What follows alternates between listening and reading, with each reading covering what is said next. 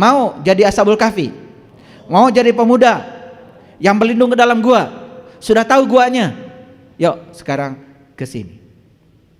Di sini indah, ada matahari yang indah di sini. Di sini ada luas, ada padang mahsyar yang luas tanpa batas. Indah. Saya nggak bisa ngomong. Kamu buktikan sendiri deh. Tapi disitulah perlunya kita bertemu dengan guru. Maka di Quran surat Al-Kahfi dikatakan, "Mayyahdillahu fahuwal muhtadi, wa mayyudlil falan tajidalahu waliyan mursidan." Barang siapa yang dikehendaki Allah dapat petunjuk, pasti ketemu guru. Tapi barang siapa yang tidak dikehendaki Allah dapat petunjuk, sampai mati pun kamu tidak akan bertemu guru. Kenapa tidak bertemu guru? Karena kamu tidak menghendaki. Kalaupun kamu menghendaki, kehendakmu itu tidak kuat.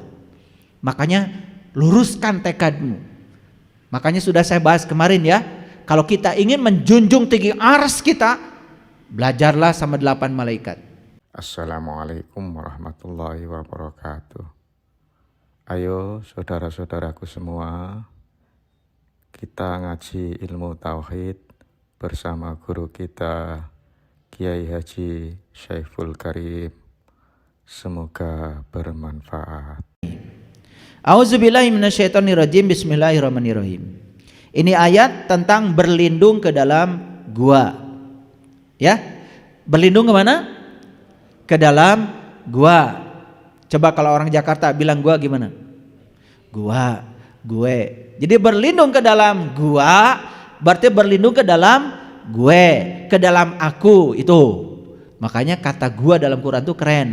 Bukan gua seperti gua Gati Jajar, gua Pawon, bukan gua itu mah poek. Bararau. Tapi berlindung ke dalam gua artinya meniti ke dalam diri. Yuk kita baca ayatnya. Ingatlah tatkala para pemuda itu mencari tempat berlindung ke dalam gua. Jadi para pemuda nih cari tempat berlindungnya kemana? Ke dalam gua. Kok pemuda? Di Quran itu hati-hati. Kalau ada kata laki-laki, itu pasti urusan rohani. Kalau di Quran ada kata-kata wanita, pasti urusan jasmani. Kalau di Quran ada kata-kata langit, itu pasti rohani. Kalau di Quran kata-kata bumi itu pasti jasmani. Silahkan. Saya sudah ribuan kali baca Quran dan saya klasifikasi. Ternyata begitu. Hebat itu Quran itu. Makanya pemuda, laki-laki atau perempuan? Laki. Berarti para pemuda ini bukan orang sembarangan sebetulnya. Siapa saja manusia yang mau meningkatkan kualitas ruhaninya, maka syarat pertama harus berlindung ke dalam gua. Oke, sampai sini ngerti? Nih gua. Jadi tidak ada tempat berlindung di luar diri kecuali di dalam diri. Gua. Contoh. Sakit hati buatan siapa sih? Kan sakit hati bukan buatan orang, buatan kita. Karena kita ingin orang seperti yang kita mau. Ketika orang melakukan tidak seperti yang kita mau, sakit hati. Jadi sakit hati itu jelas buatan kita. Balikan ke dalam diri, berlindung ke dalam gua. Gimana caranya? Mulai sekarang saya akan terima orang lain apa adanya. Saya tidak mau mendikte lagi orang lain sebagaimana pikiran saya. Karena kalau orang lain tidak seperti yang saya mau, saya jadi sakit hati. Jadi sakit hati bukan nasihatin orang. Kamu jangan begitu ya, gak usah, itu bukan urusan kita. Orang bisa melakukan apa saja sesuai dengan maunya dia. Tetapi kita nasihati diri kita. Mulai sekarang saya tidak mau lagi menginginkan orang lain seperti yang saya mau. Saya bebaskan pikiran saya dari keinginan pada orang. Apapun yang orang lakukan pada saya akan terima. Bebaskan keinginan, bakal sakit hati enggak? Tidak, itu namanya berlindung ke dalam gue. Semua kalau dikembalikan ke gua, selesai. Semua menjadi ribut karena semua digunakan untuk menyerang orang. Karena kita ingin orang lain seperti yang kita mau. Contohlah, cekcok urusan rumah tangga, kan sederhana. Karena masing-masing pasangan ingin pasangannya seperti yang dia mau. Itu aja sebetulnya. Betul nggak? Silakan buktikan sendiri kan. Kalau urusan gini kan kalian udah pakarnya. Buktikan sendiri, saya cuma ngasih rambu-rambu aja. Cekcok dalam urusan rumah tangga karena kita menginginkan pasangan kita seperti yang kita mau. Coba. Makanya diam itu emas. Makanya kalau laki-laki dimintai emas, pada diam. Ya kan? Karena diam itu emas. Lalu mereka berdoa, lihat doanya. Nah sekarang sebelum kita berdoa, saya tanya dulu nih kalian semua yang ada di sini, mau nggak jadi pemuda? Mau nggak berlindung ke dalam gua? Yuk kita lakukan perjalanan ke dalam. Orang yang melakukan perjalanan ke dalam gua, ke dalam dirinya, itu disebut Ashabul Kahfi. Nah ilmu populernya apa? Populernya kan begini, oh dulu ada pemuda ingin jadi orang beriman, masuk ke dalam gua. Di mana guanya? Di Yordan. Namanya gua Al-Kahfi. Padahal orang Yordan itu ngasih Al-Kahfi setelah ayat ini turun. Yang dimaksud Al-Kahfi oleh Allah beda dengan yang dimaksud orang Yordan. Kita aja yang bodoh, kadang-kadang mau ditipu mereka. Begitu nyampe ke sana, oh dulu di sini ya para pemuda masuk ke dalam gua. Terus apa urusannya dengan lo? Itu kan dulu. Makanya Quran tuh kalau nggak dulu ya entar kan gitu. Quran tuh sekarang, di sini, saat ini. Yuk saya tanya kalian, mau nggak jadi pemuda? Bagus. Mau nggak berlindung ke dalam gua? Bagus. Mau nggak jadi Ashabul Kahfi sekarang? Bagus. Nah itu sekarang kalian masuk dalam gua sekarang, di sini, saat ini, sekarang. Langsung kalian masuk surga. Betul. Kenapa ya pasangan saya begini? Tanya kamu, nggak usah tanya pasanganmu. Tidak mungkin ada sesuatu kalau tidak ada sesuatu. Daripada kita nyalakan orang terus, lebih bagus kita introspeksi diri. Makanya perubahan hanya akan terjadi kalau kamu melakukannya ke dalam dirimu. Maka ada orang yang menyesal kan? Ada orang menyesal, kenapa? Dulu aku ingin mengubah dunia. Aku sudah habiskan banyak waktu untuk mengubah dunia, ternyata gagal mengubah dunia. Kali terlalu luas. Aku coba ingin mengubah negara. Habis banyak waktu, ternyata gagal mengubah negara. Terlalu besar kali. Aku mau mengubah kampungku saja. Sekampung. Ternyata gagal juga mengubah kampungnya. Setelah mau mati baru sadar, kenapa aku gagal mengubah semuanya? Ternyata karena aku mengubahnya keluar dari diriku. Tapi saat dia sadar bahwa perubahan hanya akan terjadi saat dia mengubah ke dalam, waktu sudah habis. Nah, mumpung kalian masih pada sehat, saya kasih tahu. Kalau mau mengubah sesuatu, ubah ke dalam. Ingin kamu jadi orang dicintai? Gampang, mencintai saja. Mencintai. Gak usah merengek-rengek supaya orang semua hormat pada kamu. Gak usah. Berikan rasa hormat itu pada semua orang. Gak mungkin orang gak hormat. Kamu ingin diberi orang, diperhatikan orang, banyak memberi pada orang. Lakukan dari dirimu, itu aja kok. Selama ini kamu paksa orang lain seperti yang kamu mau. Bukan kamu paksa dirimu seperti orang lain mau. Itulah nerakamu selama ini. Karena dijaga oleh malaikat Malik, oleh egomu, oleh akumu. Itu yang membuat gagal kita dalam hidup. Ulangi pertanyaan saya, mau jadi Ashabul Kahfi? Mau jadi pemuda yang berlindung ke dalam gua? Sudah tahu guanya? Yuk sekarang ke sini. Di sini indah, ada matahari yang indah di sini. Di sini ada luas, ada padang mahsyar yang luas tanpa batas. Indah. Saya nggak bisa ngomong. Kamu buktikan sendiri deh. Tapi disitulah perlunya kita bertemu dengan guru. Maka di Quran surat Al-Kahfi dikatakan, "Mayyahdillahu fahuwal muhtadi, wa mayyudlil falan tajidalahu waliyan mursidan." Barang siapa yang dikehendaki Allah dapat petunjuk, pasti ketemu guru. Tapi barang siapa yang tidak dikehendaki Allah dapat petunjuk, sampai mati pun kamu tidak akan bertemu guru. Kenapa tidak bertemu guru? Karena kamu tidak menghendaki. Kalaupun kamu menghendaki, kehendakmu itu tidak kuat. Makanya luruskan tekadmu. Makanya sudah saya bahas kemarin ya, Kalau kita ingin menjunjung tinggi ars kita, belajarlah sama 8 malaikat. Udah saya bahas. Tidak saya bahas hari ini supaya tidak menyita banyak waktu. Apa doanya? Lihat doanya indah sekali. Faqalu, mereka berkata, Rabbana atina miladunka rahmah wa hayyi lana min amrina rasyada. Sayang sekali terjemahan ini yang ada, yang populer, yang beredar itu kurang cerdas. Makanya mohon izin saya terjemahkan sesuai dengan redaksi bahasa Arabnya. Terjemahnya begini.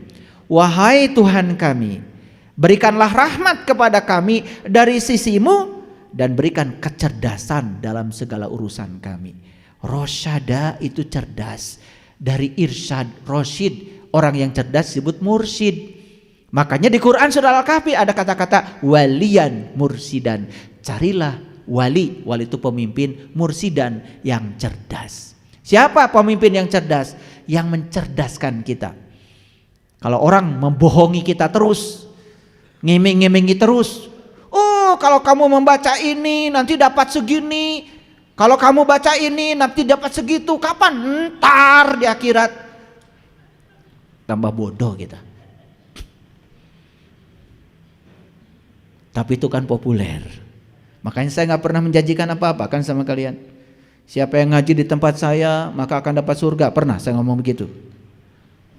Nggak pernah. Saya tidak pernah mengiming-iming. Mau datang boleh, nggak datang juga mengurusan gue apa. Betul nggak? Iya. Saya juga tidak penting kalian datang banyak atau sedikit. Saya tanya sama murid-murid saya. Apa saya cari murid? Gak. Murid saya yang datang, gak apa-apa. Ada yang pergi, gak apa-apa. Emang gue pikirin, saya sudah selesai dengan diri saya. Kalian datang banyak, ya gini ceramah saya. Datang satu juga gini ceramah saya. Ceramah saya tidak bergantung banyak sedikitnya yang datang. Gak saya urusin. Dan mulai sekarang kalian harus sadar. Kalian datang ke sini bukan apa-apa kan? Hanya kalian ingin tahu. Itu saja. Betul apa tidak? Ya itu aja, udah bagus. Teruskan. Wahai Tuhan kami, berikanlah rahmat kepada kami dari sisimu dan berikanlah kecerdasan dalam segala urusan kami. Ini kecerdasan. Cerdas itu bahasa asingnya intelijensia. Bukan kepintaran. Kalau kepintaran itu intelektual. Sekolah di perguruan tinggi intelektualmu jadi bagus, belum tentu cerdas. Makanya banyak orang yang sekolahnya tinggi tapi nggak sadar.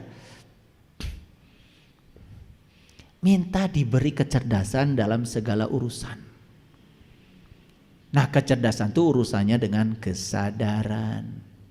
Jadi sebetulnya ini doa minta kesadaran. Syarat untuk sadar, yuk kita masuk ke dalam gua. Sampai sini ngerti? Sudah siap masuk dalam gua? Oke, siap aja dulu. Sekarang belum saatnya masuk. Enak aja. Kalau masuk ke dalam gua kan harus jelas mana pintunya. Betul nggak? Gimana tata caranya? Izin dulu dong sama yang mau dikunjunginya. Betul? Jangan main selonong. Ada waktunya. Maka nanti dijadwal kapan si A, kapan si B, kapan si C, ada waktunya. Sekarang nih antriannya sudah banyak yang pengen masuk ke dalam gua. Karena selama ini kita semua keluar dari diri kita. Dan kita melakukan perubahan keluar. Makanya perubahan tidak terjadi. Seorang pemimpin yang ingin merubah negaranya, lakukan aja ke dalam. Kalau ingin membuat rakyatnya sederhana, hidup dia sederhana. Pasti rakyat ikut. Jangan suruh rakyat hidup sederhana, dia hidupnya hedon, mewah-mewah. Ya siapa yang mau niru seperti itu? Clear sampai sini? Oke, lanjut dulu. Saya mau cerita dulu manusia yang paling rugi. Versi Quran. Nah ini lihat ayatnya sini. Bukan versi saya. Yuk kita baca ayatnya. Kul hal nunabbi'ukum bil ahsyarina amala. Ini kata Allah. Katakanlah, inginkah kami beritahukan kepadamu tentang orang-orang yang paling merugi amalnya? Perlu dijawab gak pertanyaan ini? Perlu dijawab gak pertanyaan ini? Ya perlu, masa tidak? Ini kan pertanyaan sederhana. Inginkah kami beritahukan kepadamu tentang orang-orang yang paling merugi amalnya? Jawabannya apa? Jawabannya apa? Aduh, jawab yang gini aja lama. Inginkah kami beritahukan kepadamu tentang orang-orang yang paling merugi amalnya? Jawabnya apa? Ingin, gitu aja.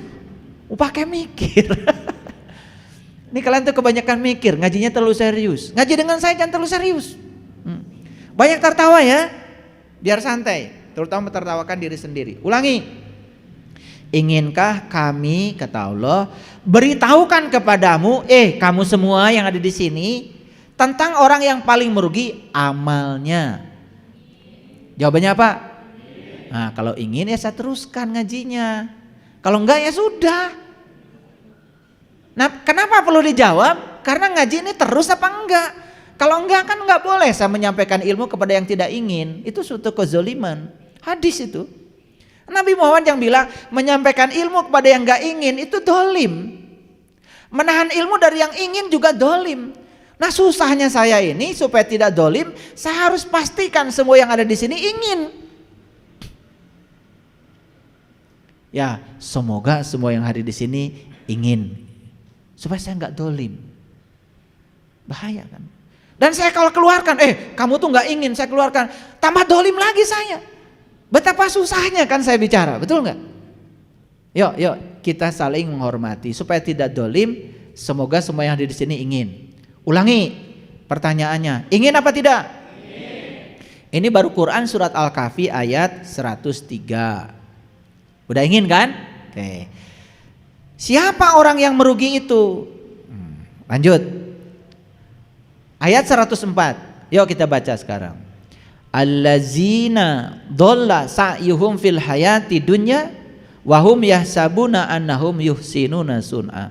Yaitu orang-orang yang telah sia-sia amalnya dalam kehidupan dunia ini, sedang mereka menyangka bahwa mereka telah berbuat amal sebaik-baiknya. Yuk lihat saya semuanya. Lihat saya semua. Fokus ya. Inginkah aku beritahukan kepadamu tentang orang-orang yang paling merugi amalnya? Jawabannya ingin. Siapa orang yang merugi amalnya itu? Kata Allah, yaitu orang-orang yang sia-sia amalnya dalam kehidupan dunia ini, sedang mereka menyangka bahwa mereka telah beramal sebaik-baiknya. Ayo lihat saya. Kalian kalau sudah sholat, nyangka sudah berbuat baik kan? Kalian kalau sudah umroh, menyangka sudah berbuat baik kan? Kalau sudah haji, menyangka sudah berbuat baik kan?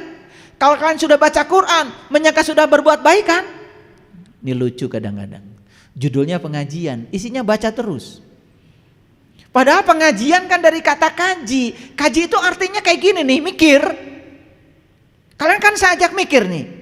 Maka maaf di sini tidak ada membaca. Kalau ingin membaca ke tempat lain, cari.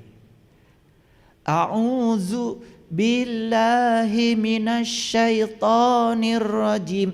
Nah, di sini tidak. Cari tempat lain. Sini mengkaji. Kenapa? Kita harus berlindung kepada Allah dari godaan setan yang terkutuk. Jadi siapa yang terkutuk? Setan tuh. Kalian tuh ngajinya dari dulu gak bener. Makanya cuman baca ta'ud saja supaya gitu aja. Tapi begitu ditanya, siapa yang terkutuk? Setan. Kata setan, apa urusan gue? Kasihan setan itu diciptakan hanya untuk dikutuk. Mikir gak kalian itu? Kasihan dong setan.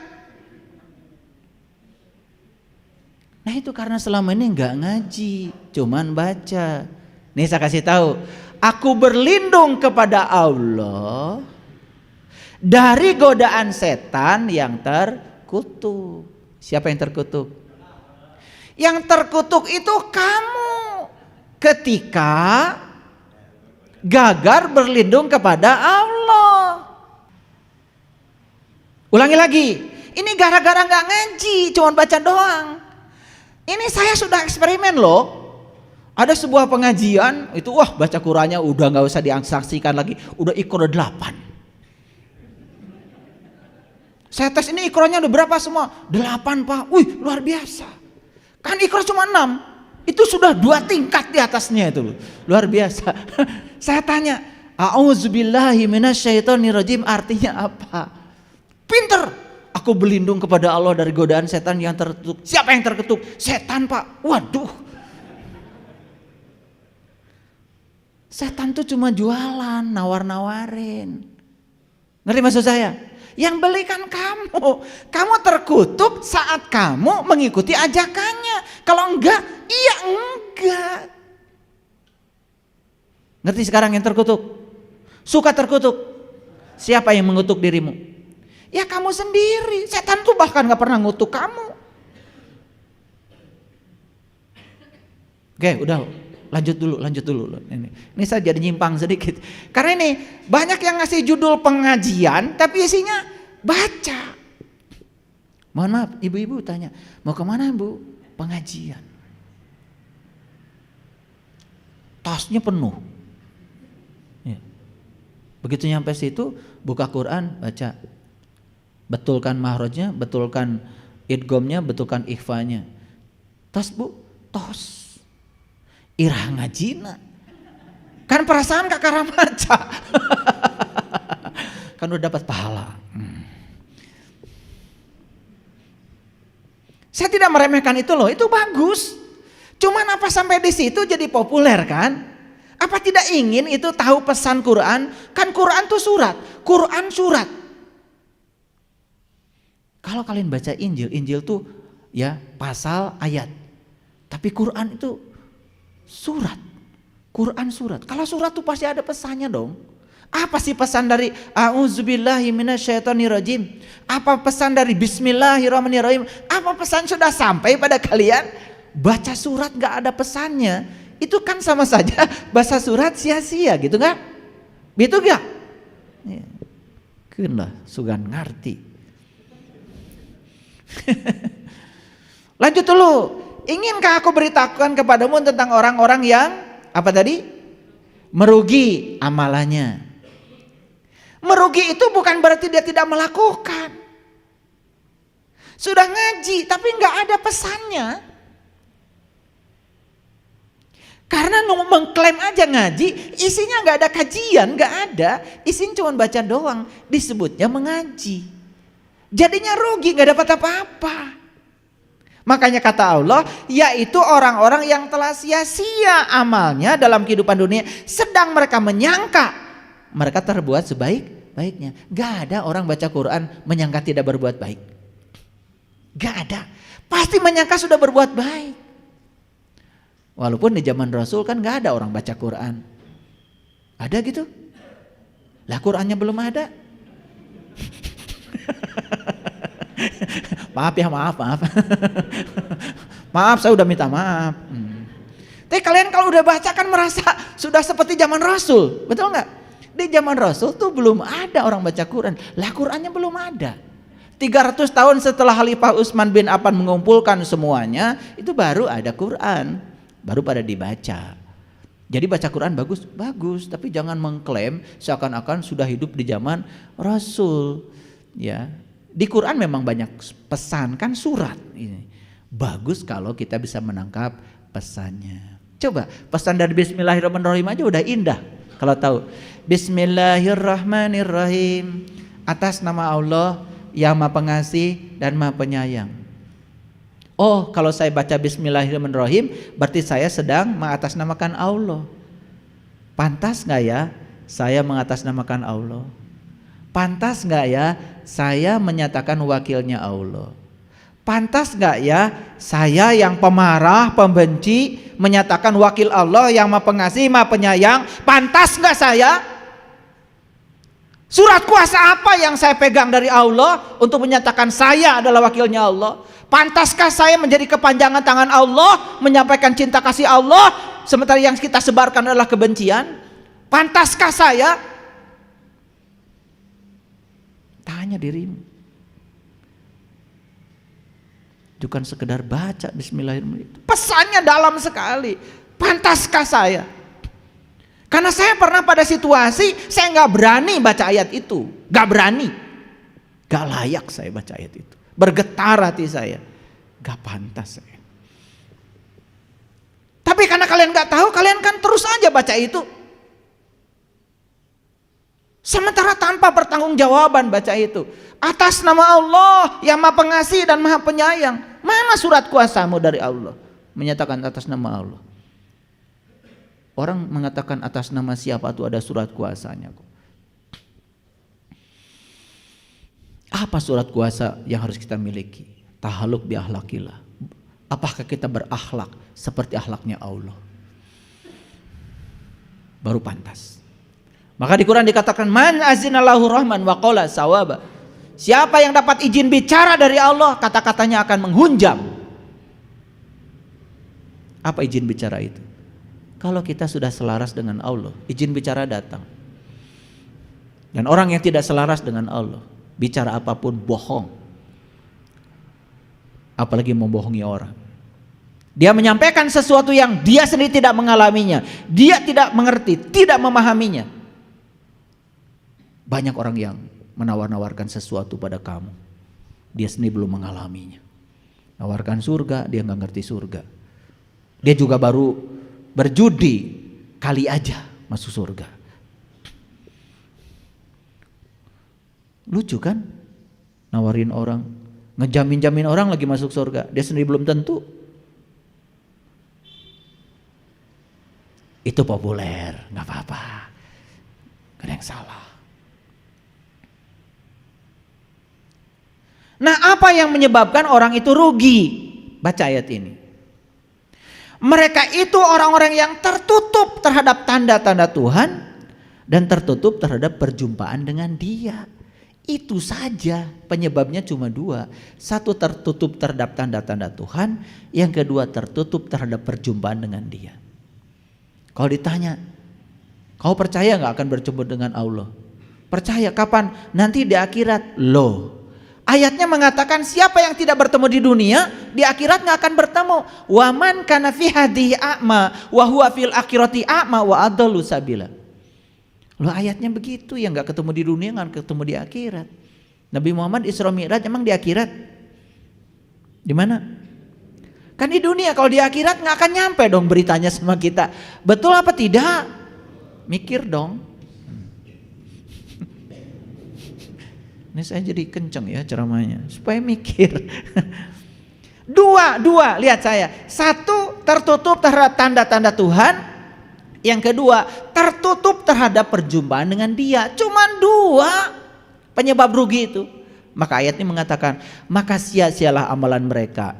Dan kami tidak mengadakan suatu penilaian terhadap amalan mereka pada hari kebangkitan. Dinilai pun amalnya tidak. Itu yang disebut dengan rugi. Paham ya? Jadi rugi bukan untuk yang tidak berbuat, rugi untuk yang berbuat. Oke, lanjut. Demikianlah balasan mereka itu adalah jahanam, disebabkan ketertutupan mereka. Disebabkan mereka menjadikan tanda-tandaku dan para utusanku hanya sebagai olok-olok. Jadi tanda-tanda Allah yang begitu tersebar di semesta ini hanya jadi olok-olok.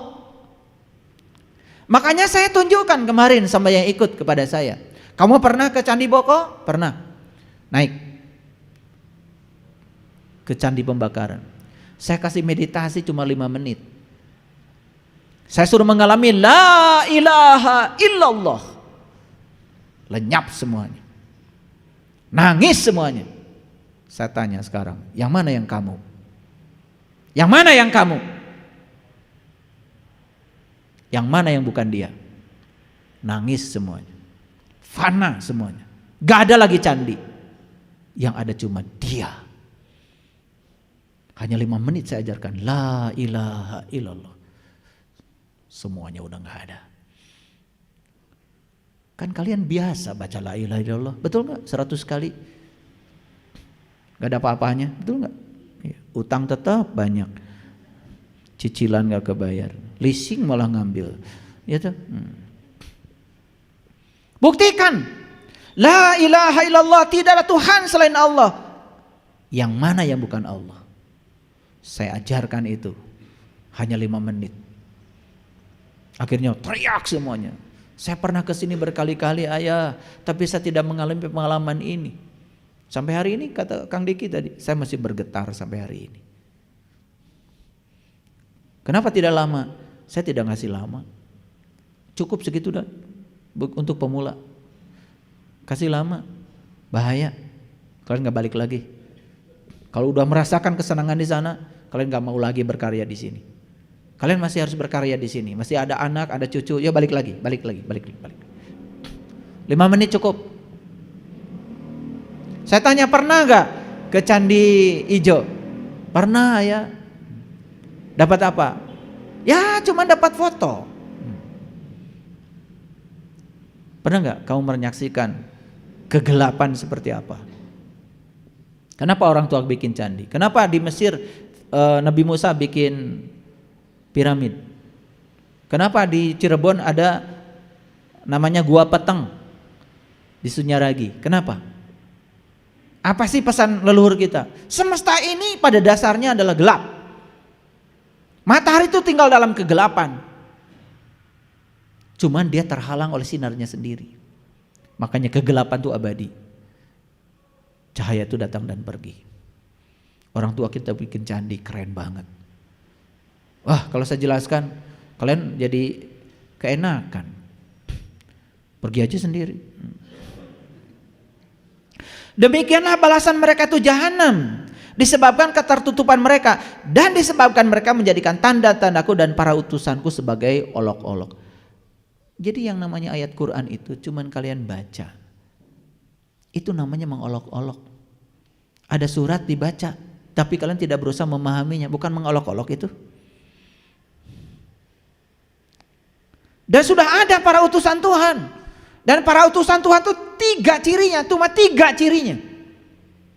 Itu diabadikan dalam Quran surat Ali Imran ayat 49. Hanya 3 ciri utusan Tuhan. 1, bisa menyembuhkan penyakit buta mata kolbu kita. 2, bisa menyembuhkan penyakit kulit. 3, bisa membangkitkan kita dari kematian kesadaran kita. Itu diabadikan di Quran surat Ali Imran loh. Jadi kalau orang tidak bisa 3 itu, menyembuhkan penyakit buta, tidak bisa menyembuhkan penyakit kulit itu bukan kudis, bukan kurap, itu bukan urusan rasul, itu urusan dokter kulit. Penyakit kulit itu ngerti sesuatu cuma kulitnya doang, itu penyakit itu.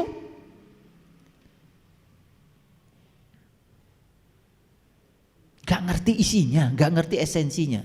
Maaf ya, kamu lihat tubuh kamu cuma tubuh aja, itu penyakit kulit. Yang mengidap penyakit kulit itu iblis. Makanya ketika iblis disuruh sujud pada Adam, dia gak mau karena mengidap penyakit kulit. Melihat Adam cuma kulitnya saja, gak lihat Adam yang dibaliknya. Makanya malaikat itu langsung sujud pada Adam, karena dia tidak lihat Adam kulitnya, lihat Adam hakikatnya. Hakikat Adam adalah ruhku. Lihat hakikat Adam adalah Tuhan. Nah, yang sudah sembuh dari penyakit kulit disebut malaikat. Gitu. Ngaji ya. Ini ngaji. Rada mikir ya. Pasti pulang dari sini agak pusing, enggak apa-apa, bagus. Lanjut. Masih siap? Oke. Jadi apa itu kebenaran? Lihat saya semuanya. 3 hal yang tidak bisa disembunyikan di semesta ini. Dan tidak bisa disembunyikan terlalu lama. 1, matahari. Paling matahari sembunyi 12 jam. Udah gitu nongol lagi. Yang kedua bulan. Yang ketiga kebenaran. Makanya kebenaran itu punya mekanisme sendiri untuk menunjukkan dirinya. Tanpa kita. Itu hebatnya kebenaran.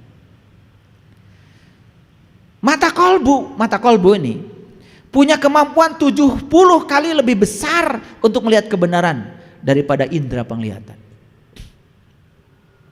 Jadi bayangkan ya, kalau kita cuma melihat dengan ini saja, cuma 1 kali. Tapi kalau kita sudah bisa membuka mata kolbu kita, bisa melihat 70 kali. Sembuh pasti dari penyakit kulit. Karena bisa melihat 70 kali lebih tajam. Berapapun cepatnya kebohongan, namun kebenaran akan mengejarnya juga. Biarkan saja kebohongan itu juga bergerak. Tetapi berapapun cepatnya kebohongan, kebenaran akan mengejar dari belakang. Kebenaran punya mekanisme sendiri untuk menunjukkan dirinya. Makanya saya percaya, mohon maaf, semua kebohongan itu akan sirna pada saatnya. Dan yang paling berat itu kebohongan yang setengah kebenaran. Itu berat itu. Kebohongan yang setengah kebenaran, kayak gitu, kayak yang benar. Padahal bohong. Nah yang kayak gitu, itu paling berat itu diusirnya. Kenapa berat? Banyak yang mengajarkannya. Yang kayak gitu. Ya. Kesalahan tidak akan menjadi kebenaran walaupun berulang kali diumumkan. Sebaliknya kebenaran tidak akan menjadi kesalahan walaupun tak seorang pun mengetahuinya. Jadi tidak mungkin kesalahan jadi kebenaran walaupun diumumkan terus menerus. Tapi sebaliknya kebenaran walaupun banyak yang tidak tahu, kebenaran adalah kebenaran. Maka saya yakinkan, saya pastikan para sahabatku, kebenaran akan muncul. Yuk, sekarang saya sudah melihat banyak orang yang mulai sadar. Saya orang beriman bukan ya? Jangan-jangan saya cuma ngaku-ngaku aja dari kecil. Gitu, mulai sadar. Apa sih cirinya orang beriman? Mulai sadar. Nah, yang dibutuhkan semesta itu orang-orang yang sadar seperti itu, bangkit dari tidur panjangnya. Itu sudah bagus. Daripada ngaku-ngaku. Yang berbahaya itu mata kolbunya tertutup, mulutnya terbuka, dan ngajarkan kepada orang lain kebohongan yang setengah kebenaran. Ini yang berbahaya. Dan banyak pengikutnya disangka benar kan? Betul nggak? Iya. Tiap pagi banyak yang ngajak saya itu, yuk kita baca surah Al-Kahfi biar rezekinya banyak. Lah kalau saya baca surat Al-Kahfi pagi-pagi saya nggak kerja malah nggak punya duit. Kesiangan saya. Tapi kalau saya pagi pergi kerja kan saya dapat duit. Jadi nggak ngerti, dikiranya baca surat itu langsung dapat duit. Maksudnya leluhur kita itu, kamu baca isi Al-Kahfi, meniti ke dalam diri, di situ ada kebutuhan tentang hidupmu. Di Quran dikatakan wal yatalatop, wal yatalatop, wal yatalatop, wala yushirun nabikum ahadan. Waja'alna kumma Aisyah, segala kebutuhan tentang kamu ada di sana. Nah itu ada di Al-Kahfi, di Al-Kahfi. Makanya surat Al-Kahfi itu suka dikasih warna merah, wal yatalatopnya dulu. Kalau kamu lembut, penuh cinta, pasti rezekinya banyak. Jadi bukan dibaca berulang-ulang gitu, tetapi diserap isinya, kemudian praktekkan dalam hidup. Waduh, kamu akan masuk di bumi dengan 5 dimensi. Sekarang orang sudah berbicara gimana berkelimpahan di bumi ini, gratis semuanya di bumi ini, dengan cara memasuki bumi dalam dimensi 5. Bayangkan, orang udah masuki itu, kita ketinggalan, masih di dimensi 3. Kita menganggap kita ini akan banyak uang kalau kerja keras. Kerja keras, kata-katanya udah keras. Gimana banyak uang tidak usah kerja keras, tapi kerja ikhlas. Kerja keras itu hasilnya pas. Kerja cerdas pakai otak juga hasilnya pas. Ingin yang tanpa batas? Kerja ikhlas, masuk di dimensi kelima. Ini saya ketinggian kayaknya bicara. Gak apa-apa biar mikir, nanti cari informasi apa dimensi kelima. Taunya dimensi kan kalian cuma 3 aja. Ya, sumbu X, sumbu Y, sumbu Z. Ini dimensi kelima. Di situ kita akan mendapatkan keberlimpahan. Dan saya sudah membuktikannya. Saya sudah ngasih 7 jalan baru. Salah satunya apa? Salah satu dari 7 jalan baru itu adalah mendapatkan sesuatu dengan cara yang biasa, tetapi hasilnya luar biasa. Lanjut. Oke. Kebenaran tidaklah ditentukan oleh berapa banyaknya orang yang mempercayainya. Jadi kebenaran tidak perlu berapa banyak orang yang percaya, gak perlu. Orang yang mencari kebenaran tetapi malu berpakaian sederhana adalah orang yang tidak perlu kita ajak bicara. Ada orang mencari kebenaran katanya, tetapi tidak mau berpakaian sederhana. Kata orang bijak, gak perlu diajak bicara orang seperti itu. Kenapa? Berpakaian sederhana maksudnya melepaskan kesombongannya. Karena kesombongan tidak akan bisa mendatangkan kebenaran. Kamu harus berpakaian sederhana. Bicara sederhana, berpenampilan sederhana, jadilah orang yang kosong. Kebenaran akan datang. Dari satu kesalahan-kesalahan lain, manusia menemukan kebenaran. Kalau kita harus melakukan kesalahan dalam proses pencarian, gak apa-apa. Karena dari satu kesalahan ke kesalahan lain, di situ kita akan menemukan kebenaran. Bahkan kebenaran bisa dilahirkan dari kesalahan. Kebenaran sepenuhnya bersemayam di dalam hakikat. Tapi orang dungu mencarinya di dalam kenampakan. Bagaimana Anda mencari kebenaran? Kebenaran itu bersembunyi di hakikat. Anda mencarinya di dunia kenampakan. Tahu kenampakan? Ya, di dunia kenampakan. Di dunia populer. Banyak kebenaran dikatakan bercanda. Nih, kalian biasa dengan kebohongan yang dianggap benar. Begitu ada orang bicara benar, dianggap bercanda. Misalnya ada orang bicara begini, ketemu Tuhan tuh mudah kok. Karena Tuhan gak pernah tidur, gak pernah ngantuk. Pasti akan disebut bercanda kan?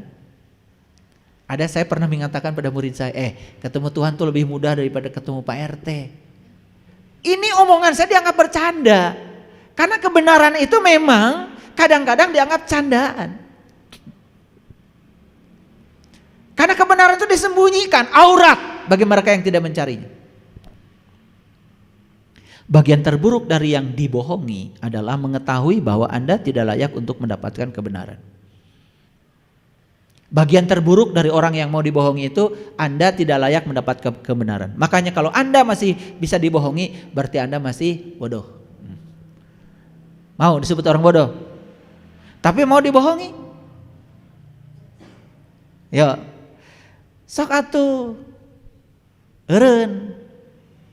Kalau ingin disebut orang cerdas, jangan mau dibohongi. Ini orang bilang begini, langsung percaya. Orang begini langsung percaya. Percaya itu harus bukti. Kalau belum bisa membuktikan, jangan percaya. Gak apa-apa. Dan percaya itu perlu bukti, bukan? Ini termasuk yang saya omongkan hari ini. Jangan percaya sama Saiful kalau kalian belum membuktikan. Jangan percaya kalau saya bilang, wah di dalam gua ini ada matahari luar biasa. Ada padang mahsyar indah. Mataharinya bersinar terang tanpa menyilaukan. Jangan percaya kalau belum mengalami. Tetapi pastikan saya bukan seorang kiai. Saya bukan seorang ulama. Wah, terlalu jauh disebut ulama. Saya bukan siapa-siapa. Saya cuma berbagi mutiara aja di tangan saya. Kali aja ada manfaatnya. Itu aja. Saya cuma seorang penyelam. Kenapa saya jadi penyelam? Karena saya senangnya nyelam.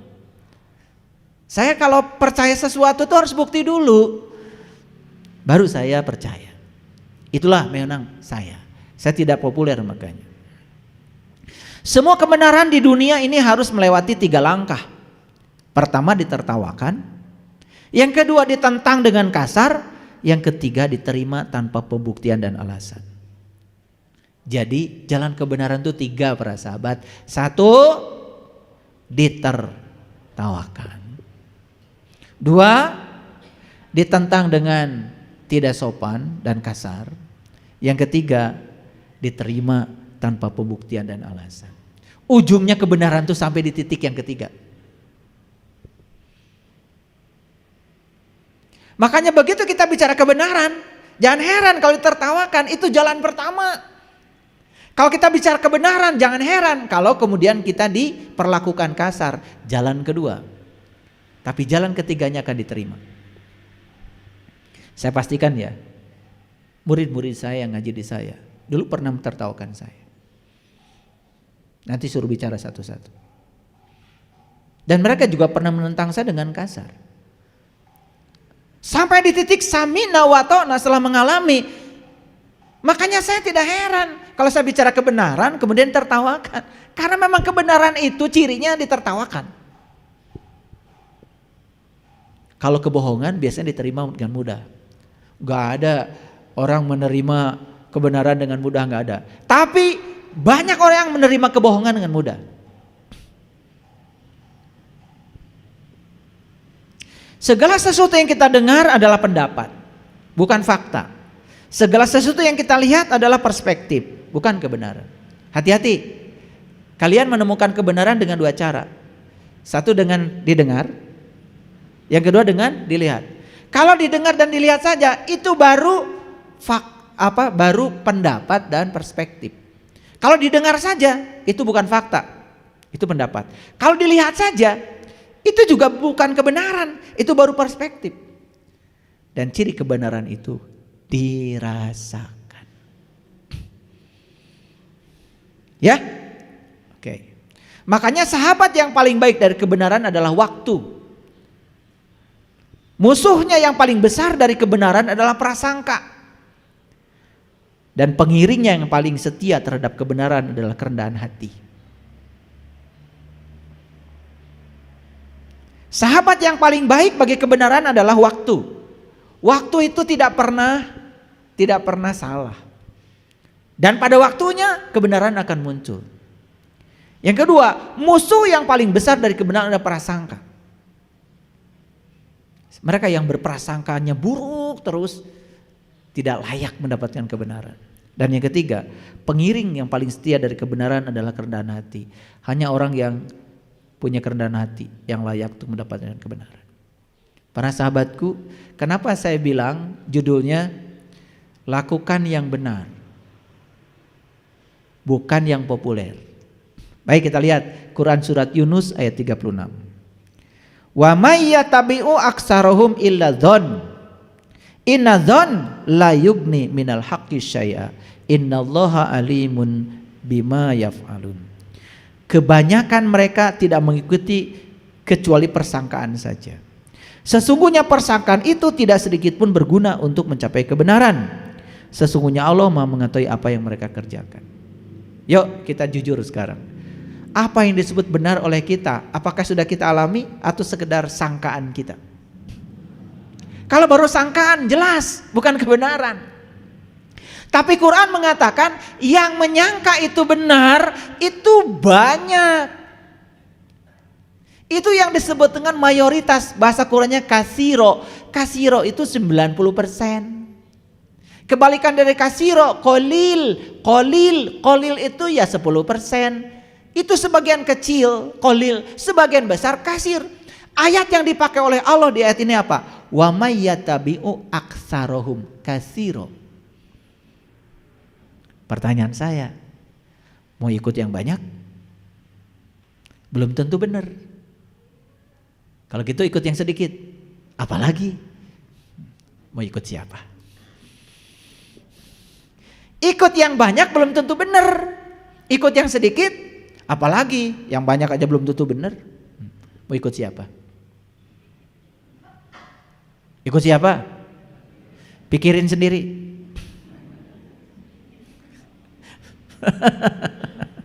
Kalau saya bilang ikut yang sedikit nanti bahaya. Yang banyak aja belum tentu benar, apalagi yang sedikit. Itu dulu. Makanya pantas kalau Allah mengatakan sesungguhnya penghuni jahanam kebanyakan dari jin dan manusia siapa? Mereka punya kolbu tetapi tidak dipergunakan untuk memahami. Mereka punya mata, tidak digunakan untuk melihat. Mereka punya telinga, tidak digunakan untuk mendengar. Mereka itu binatang ternak, bahkan lebih sesat dari binatang. Mereka itu orang-orang yang lalai. Saya mau tanya sekarang, punya mata? Dipakai melihat? Ulangi, punya mata? Dipakai melihat? Tiap hari pakai melihat. Punya telinga? Dipakai mendengar? Tiap hari dipakai mendengar. Ayat ini bukan cerita mata ini. Dan bukan cerita pendengaran ini. Maka di Quran dikatakan fa innaha la tamal qulub walakin ta'mal qulubul lati fis syudur. Yang buta bukan matamu yang itu mau dipakai tiap hari, tapi mata kesadaranmu. Itu di Quran. Fa innaha la ta'mal absyar. Bukan mata yang itu yang buta kata Allah. Walakin ta'mal qulubul lati fis syudur, tapi mata kesadaran. Jadi ayat ini tidak cerita mata ini dipakaikan tiap hari, tidak cerita pendengaran ini, tapi cerita mata kolbu dan pendengaran kolbu. Jadi kolbu itu 3 fungsinya, 1 memahami, 2 melihat, 3 mendengar. Orang yang sudah aktif kolbunya untuk memahami, melihat dan mendengar, itu yang akan memiliki 70 kali lebih tajam dari penglihatan indrawi yang biasa. Makanya orang yang semacam itu jangan heran kalau cerdas. Nah itu makanya di ayat tadi dikatakan, ya Allah cerdaskan aku dalam segala urusan. Jadi supaya cerdas apa? Melihatlah dengan mata kolbu, mendengarlah dengan mata kolbu, dan kemudian memahami dengan kolbu. Itulah pentingnya kita belajar membuka mata kolbu. Oke. Nah, saya coba di Quran kata kebanyakan atau mayoritas itu ada berapa? Ada 92 ayat, saya hitung di Quran. Gak ada kerjaan ya saya. Kata kebanyakan di Quran saya hitung ada 92. Dan kata kebanyakan umumnya begini. Umumnya begini nih. Nih.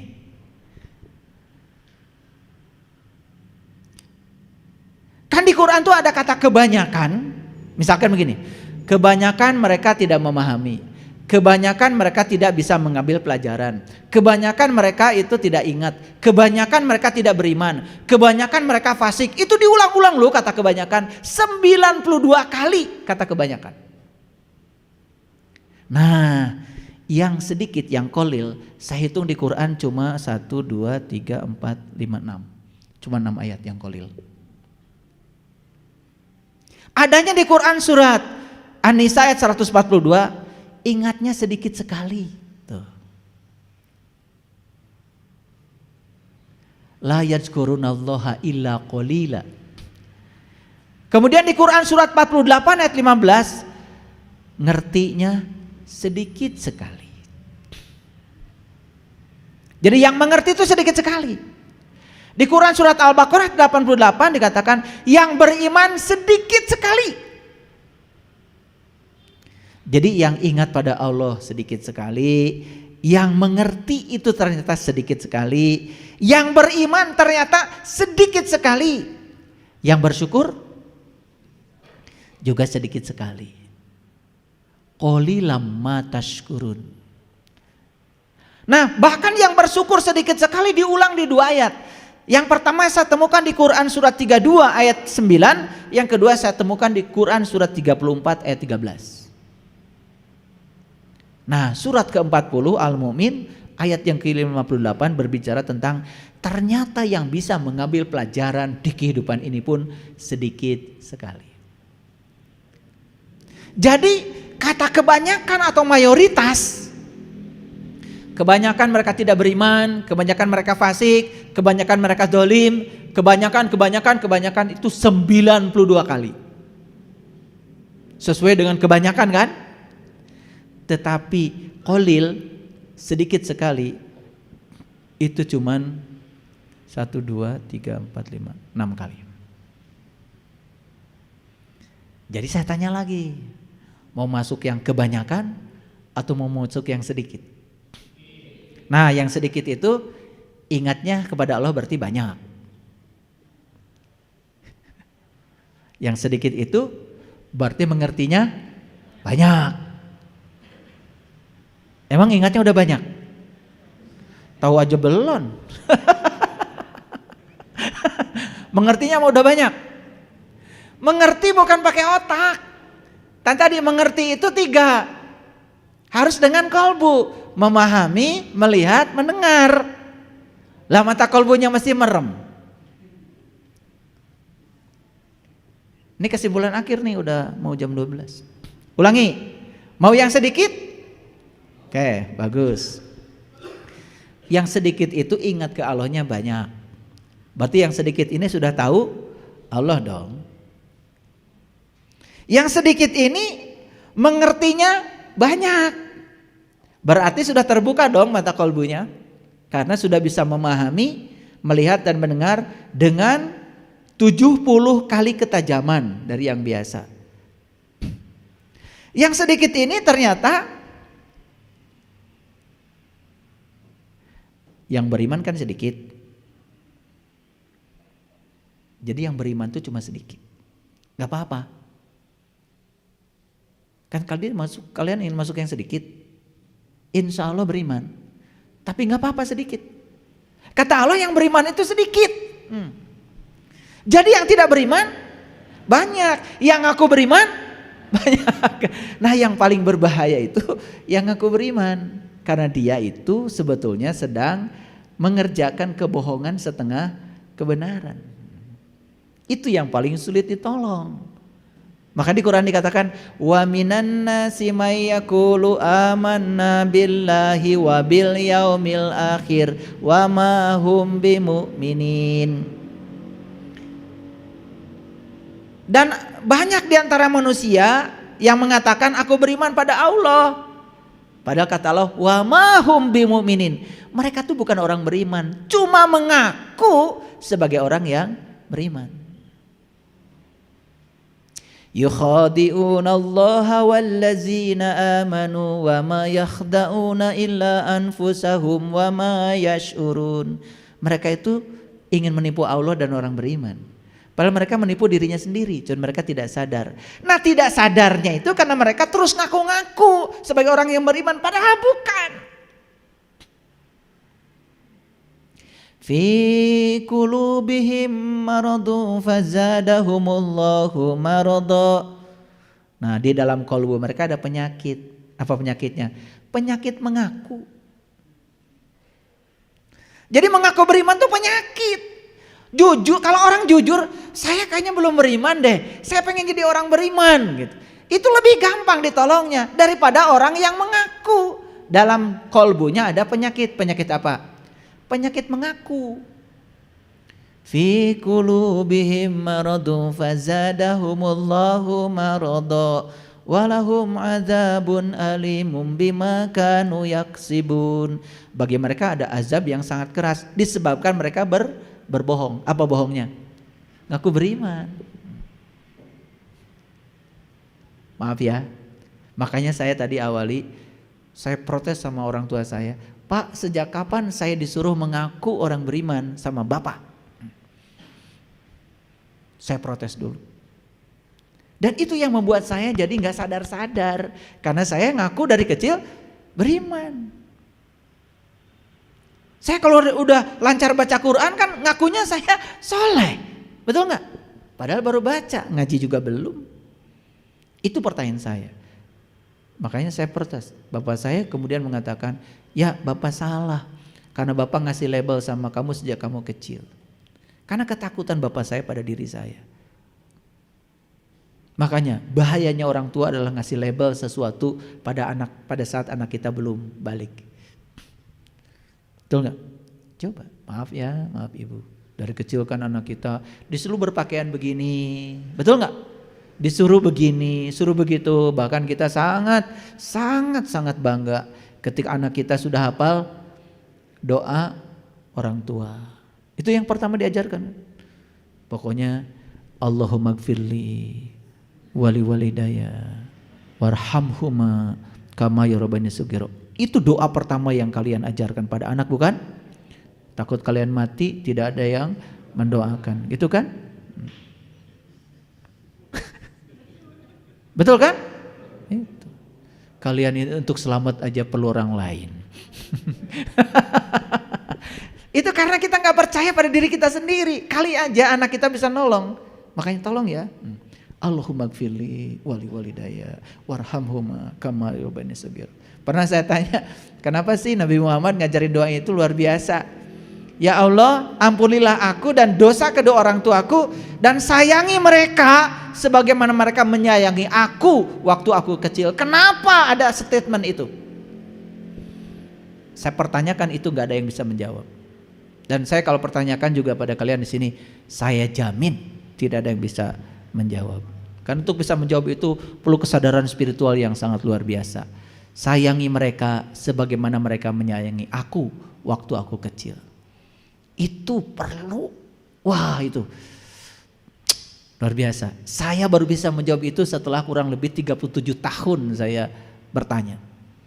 Jadi untuk bisa menjawab itu 37 tahun loh sekolahnya. Kesininya, ke dalam dirinya, masuk ke dalam guanya. Baru terjawab kenapa Rasulullah itu bicara begitu. Aduh, seorang sekelas Nabi Muhammad kalau bicara sesuatu tuh berkelas banget. Cuman sayang, semua kata-kata beliau oleh kita diperolok-olok, diabaikan begitu saja, tidak dihormati isinya. Padahal itu sangat luar biasa. Jadi kebanyakan yang fasik, kebanyakan yang dolim, kebanyakan yang tidak beriman diulang 92 kali. Yang ingat sedikit, yang mengerti sedikit, yang beriman sedikit, yang syukur sedikit, yang bisa mengambil pelajaran dalam kehidupan pun sedikit. Mau masuk yang kebanyakan atau sedikit? Masuklah yang sedikit versi Al-Quran. Bukan yang sedikit kuantitinya, bukan yang sedikit jumlahnya. Tetapi kebenaran mekanismenya 3. 1 ditertawakan, 2 ditentang dengan kasar, yang ketiga diterima tanpa alasan. Kebenaran selalu begitu. Berani? Kalau berani, selamat masuk ke dalam gua, lakukan yang benar, bukan yang populer. Terima kasih. Assalamualaikum warahmatullahi wabarakatuh.